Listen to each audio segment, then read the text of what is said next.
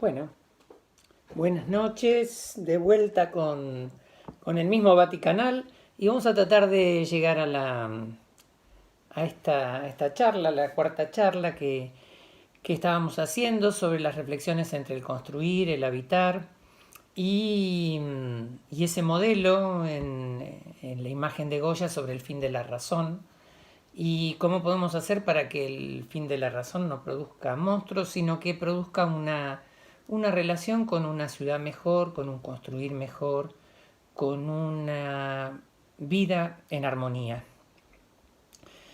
Eh, Esta idea del buen vivir es algo que es la búsqueda de toda la arquitectura y es la búsqueda de toda la construcción, supuestamente.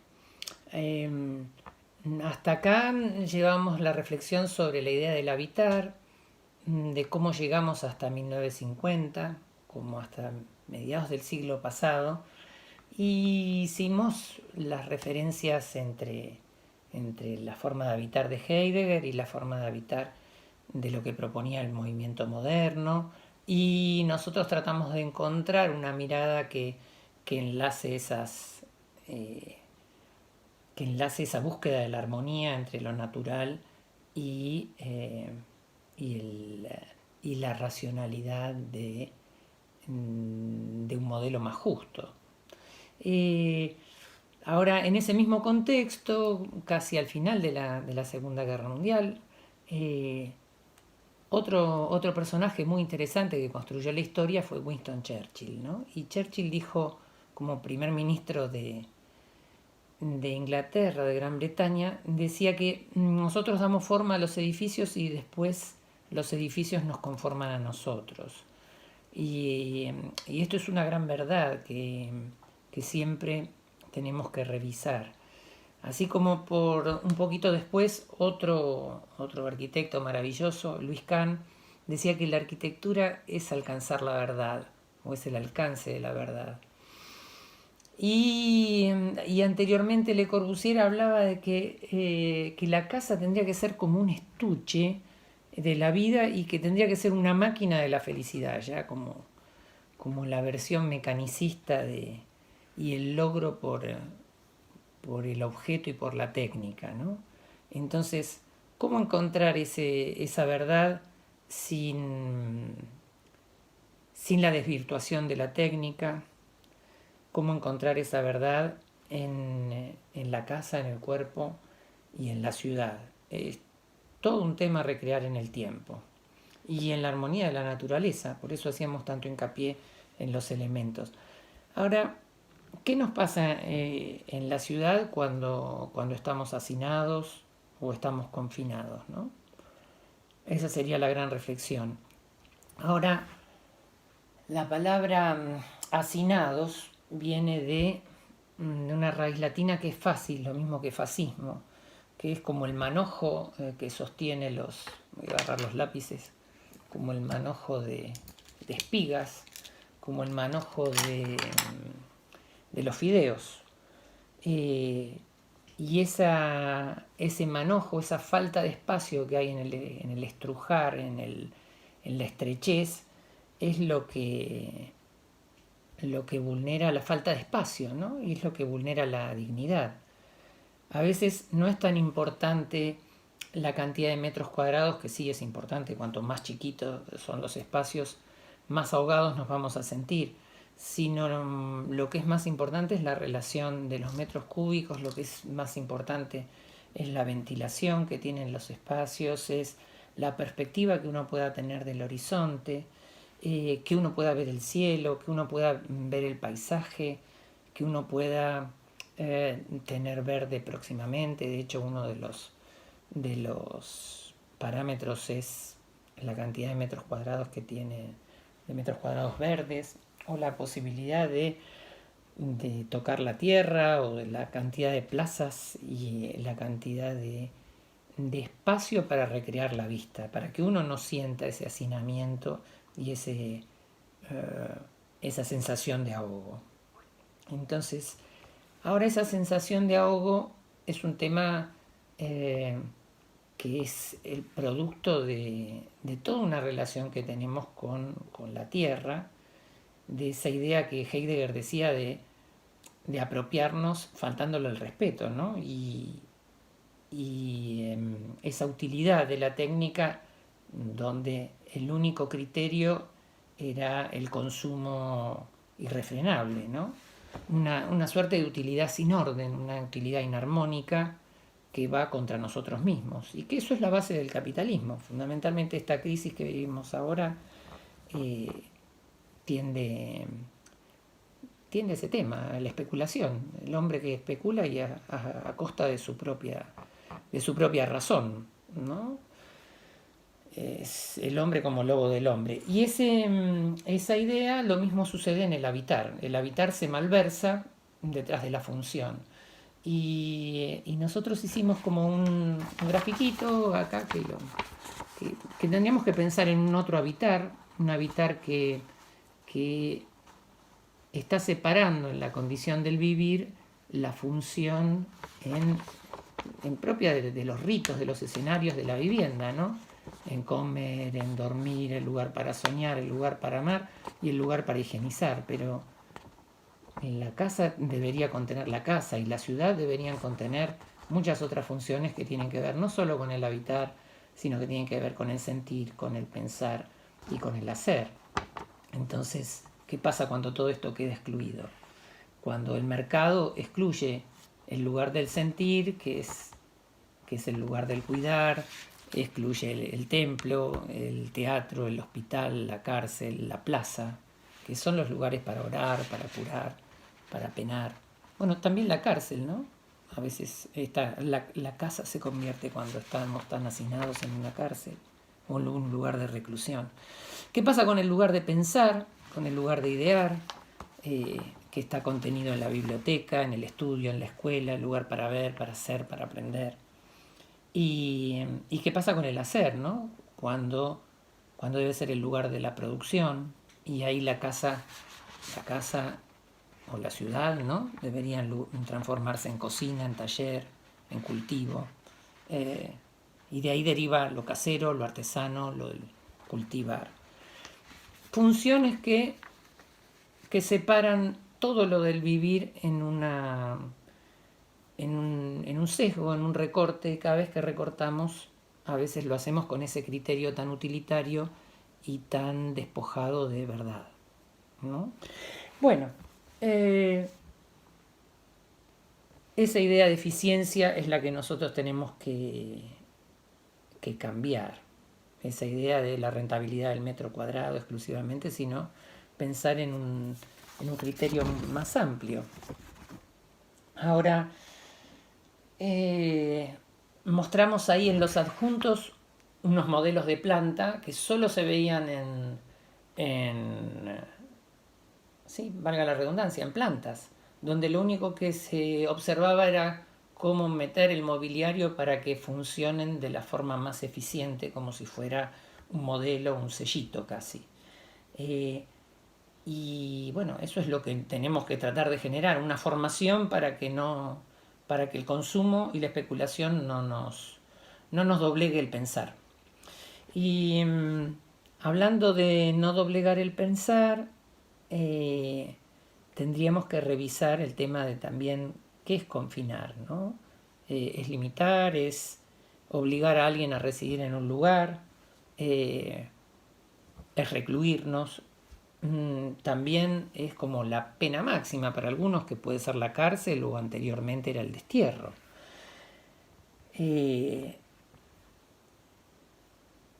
Y ahí es cuando a veces al estar confinados perdemos el carácter espiritual, ¿no? que queda cercenado, que queda ocluido por el capitalismo y por esta idea de producir a costa de nuestro propio interés, ¿no? Yo creo que la condición de esta pandemia que se expande un poco por el aire tiende a revisar nuestra condición de animales. Digo animales en tanto lo que está vulnerado es lo que inhalamos, ¿no? Es la naturaleza que que nosotros encarnamos en nuestra ánima a través de la inspiración. Y una inspiración que tenemos no sé, el año pasado se quemaron parte del Amazonas y no dijimos nada. Hace 30 años que la Argentina produce sus alimentos en base a los agroquímicos y a la contaminación del suelo y las aguas. Y bueno, es todo un sistema descuidando la naturaleza, y esto lo estamos pagando, esta idea de la naturaleza mancillada. Y es algo que es una buena oportunidad para pensar y para repensar la educación. ¿Cómo tenemos que pensar una vivienda, una casa, una forma de habitar en armonía con la naturaleza? Bueno, ahora, para revisar la armonía con la naturaleza, nos gustaría pensar la armonía que tiene que tener la casa con la ciudad y con el cosmos. Y me gustaría transmitir como algunas ideas en relación con la ciudad. Les voy a dar 5 definiciones que encontré por ahí, que no son las más habituales, pero que nos parecen importantes de pensarlas. Y de pensarlas cada uno en la ciudad de la memoria que cada uno tiene, que es la ciudad que vivimos. Una es, la ciudad es el lugar donde se refunda el cosmos, ¿no? Como una traslación entre el cielo y la tierra. Otro es una frase de Roland Barthes, que era un escritor, un semiólogo, donde la ciudad es el lugar del lenguaje. La ciudad es lenguaje, ante todo. Otra, que la ciudad es ley, es civitas, es muralla, es lo que separa al ciudadano del bárbaro. Es el límite. Para nosotros, en nuestra iconografía de la ciudad portuaria, era el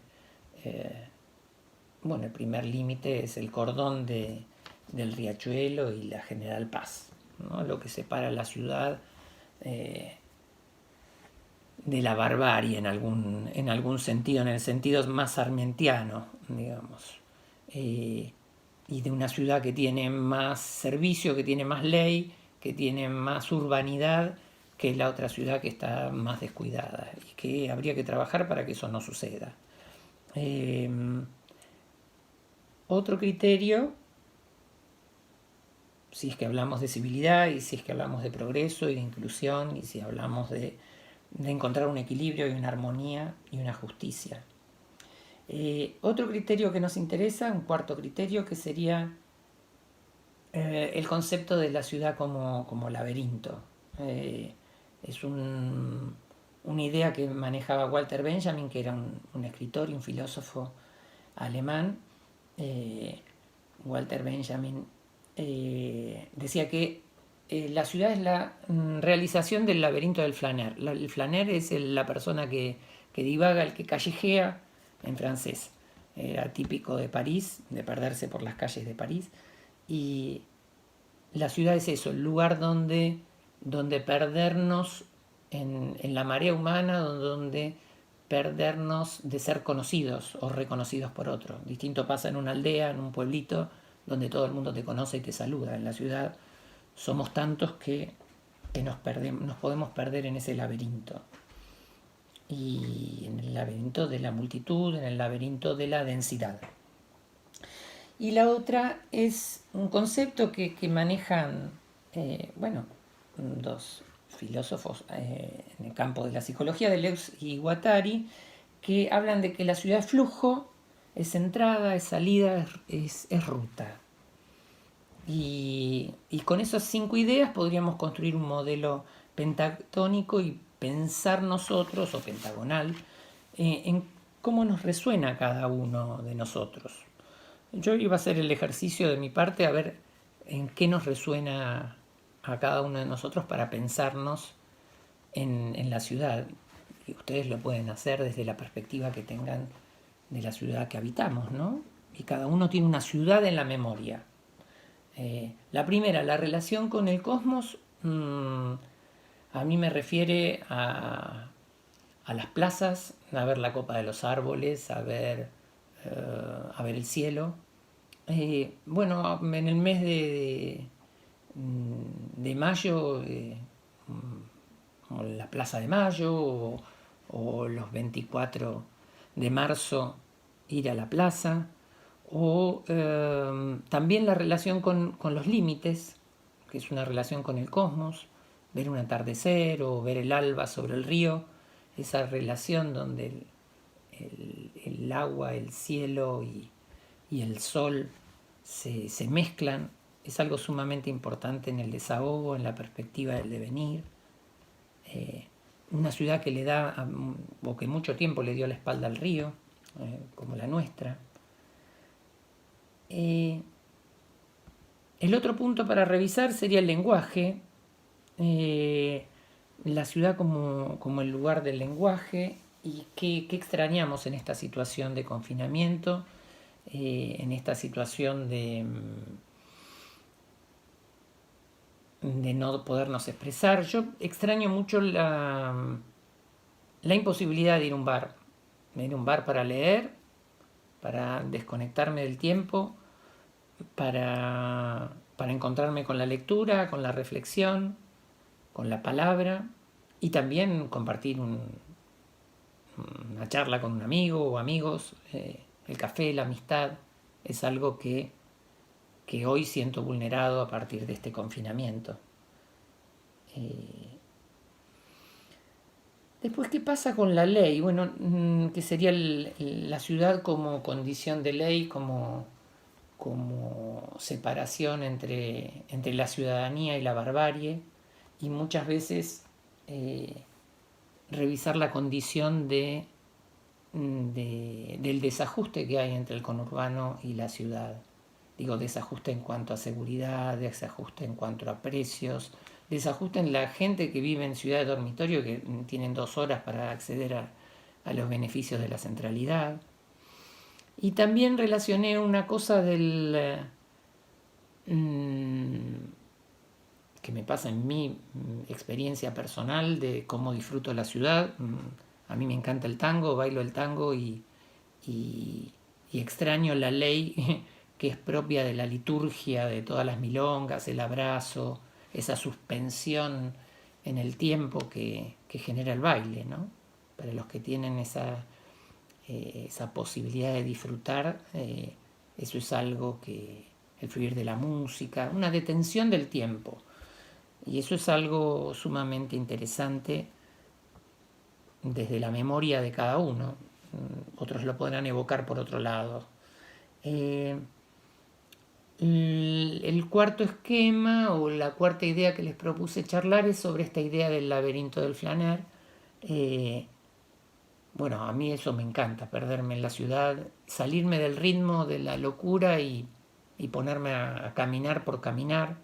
También es como una forma de encontrarse con uno, de retrotraerse, de encontrarse con su propio cuerpo, de mirar a la multitud como bandadas, como sentarse en una esquina o en un umbral a ver la gente pasar, o sentarse en un bar, o mirar desde un balcón cómo pasa el tránsito, cómo pasa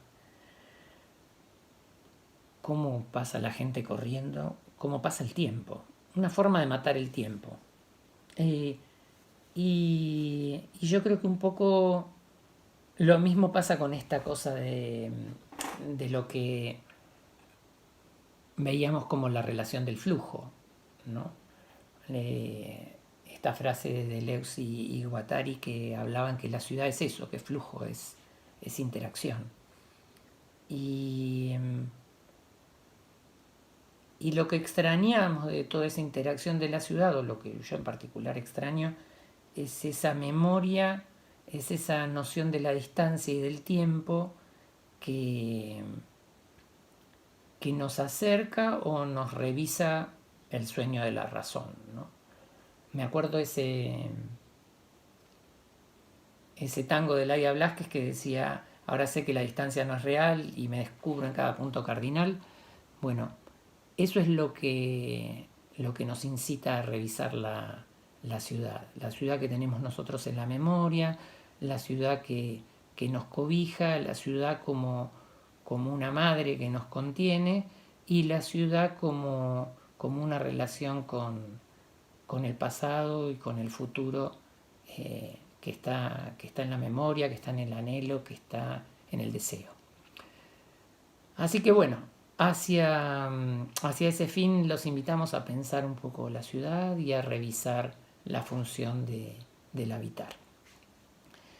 Bueno, con eso cerramos un poco este momento de pensar confinados. Espero que lo hayan disfrutado como lo disfruté yo y nos seguiremos manteniendo en contacto hasta que empecemos presencialmente y nos conozcamos. Bueno, un gusto. Hasta la próxima.